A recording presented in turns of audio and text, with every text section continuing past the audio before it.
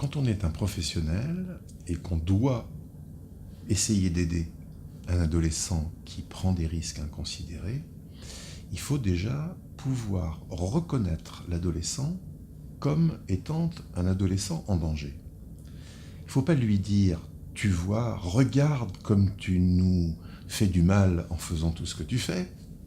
Il faut dire « est-ce que tu m'autorises à te dire quelque chose que je pense ?» En général, l'adolescent dit toujours oui. Eh bien, je m'inquiète beaucoup pour toi parce que je vois que tu te mets en danger et moi, ça m'inquiète de te voir te mettre en danger comme ça et on va décrire la manière dont on le voit.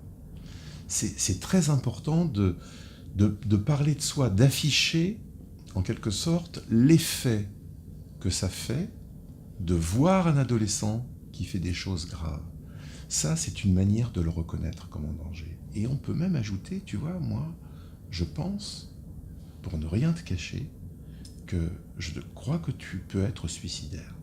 Quand je te vois faire tout ça, je vois que par 3 fois, on t'a retrouvé le nez dans ton vomi.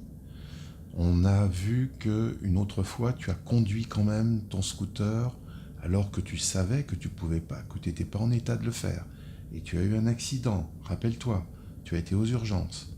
Eh bien, tu vois, pour ne rien te cacher non plus, moi, je considère que c'est presque un équivalent suicidaire. Qu'est-ce que tu en penserais si je te dis ça?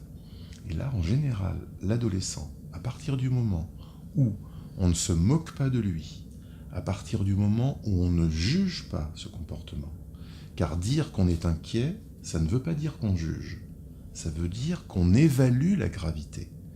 Et la reconnaissance de tout ça, ça aide l'adolescent à avoir envie de davantage se confier à ce professionnel, car il aura l'impression de pouvoir être compris.